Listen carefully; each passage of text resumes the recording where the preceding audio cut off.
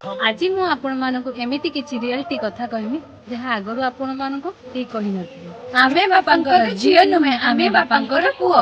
छोट बेलो आमे सुनी थाउ झियो माने पर झियो माने घर छाड़ी जाई थांती किंतु के पचार थांती कि झियो मानक मनरे कोन चलथाय। मो बापा मो पई सब किछि करछन, स्कूल ड्रेस खुशी सब किछि दैछन। किंतु मु बड़ होला परे बुझी परिली से निजर स्वप्न को सैक्रिफाइस करथिले आम पई। तांकर घर तैयारी करबा स्वप्न आज भी अधूरा रहि जायछि। समाज कहूची झियो माने पर। मु निजको पचारिनी मु कोन पर मु कोन बापांक पई किछि करि परिबिनी ना आमे पारिबु। आमे बापांक पई मंदिर तोड़ी परिबिनी सत किंतु निज इनकम रे बापांक पई घरटिए तैयारी करि दबु।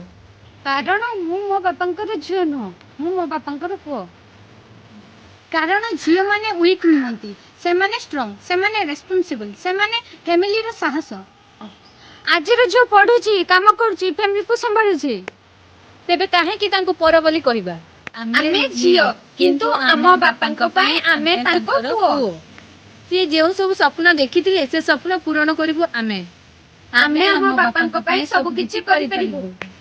जदि आपण माने भी आपण को बापांक पई किछि करिबा पई चाहौ छ जेते कमेंट रे आई लव यू पापा लिखंतु आ आपण मानकर कोन सपना अछि कमेंट रे कहंतु। Target 45 days.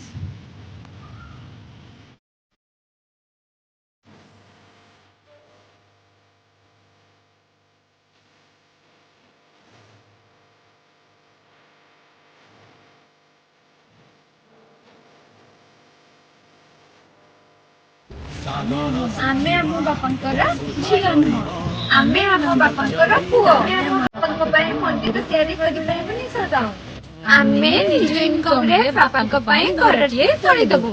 आपण मानक सहयोग समर्थन निहाती सदा जदि जीसु एठी सदा जदि